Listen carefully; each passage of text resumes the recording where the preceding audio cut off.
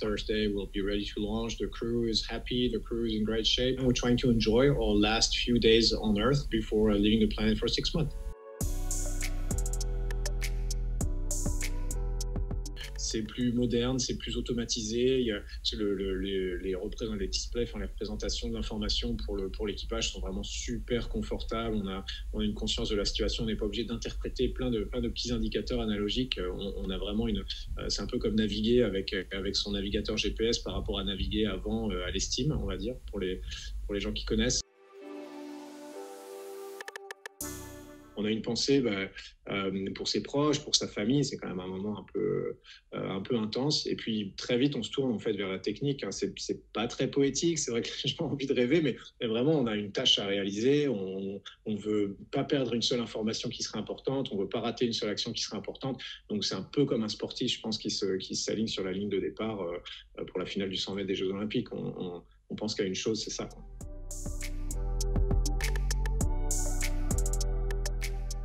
Ouais, je pense que le deuxième séjour, il est plus difficile que le premier. Physiquement, peut-être pas, parce que j'ai l'impression d'être dans la meilleure forme de ma vie en ce moment, même si je suis un peu plus vieux, évidemment quelques années en plus que la dernière fois, mais je sais pas, avec l'expérience ou peut-être moins d'insouciance. Avant, je comptais un peu sur ma jeunesse pour être en forme. Maintenant, je sais que il vaut mieux aller faire trois quarts d'heure de footing tous les jours. Donc maintenant, je suis vraiment en pleine forme physique. Je pense que physiquement, ça va très bien se passer. Mais par contre, mentalement, oui, c'est plus difficile. C'est plus difficile parce que on sait à quoi on s'expose. En fait, la première fois, on part à l'aventure. On sait que ça va être difficile parce qu'on vous l'a dit, parce qu'on l'imagine, parce qu'on est capable de le comprendre, mais on ne sait pas exactement à quel point. La deuxième fois, on sait exactement à quoi on s'expose. Hein. Quand on a déjà couru un marathon, on sait que ça va faire mal. Là, c'est exactement la même chose.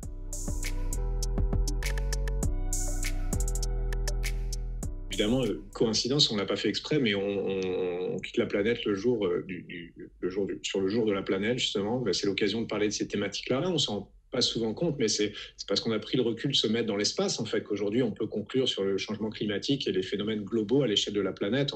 On va pas mesurer la température de l'eau avec des petits bateaux un peu partout sur l'océan Pacifique. Non, tout ça, ça s'observe depuis l'espace. Ça fait plaisir de participer un peu à ce combat-là, à mon niveau. Alors après, c'est vrai qu'à bord de la station spatiale, souvent, la recherche, elle est pas toujours directement tournée vers l'environnement. Il y a de la physiologie, de la médecine, des sciences des matériaux, etc.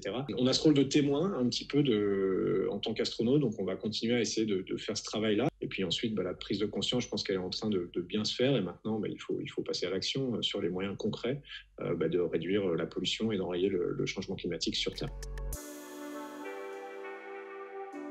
Je vais avoir du bœuf bourguignon, alors j'en cite que quelques-uns, du bœuf bourguignon un peu traditionnel, cuisine traditionnelle, une tarte amandine aux poires, des crêpes Suzette ou un petit risotto, enfin un riz à la risotto, on va dire, d'épeautre.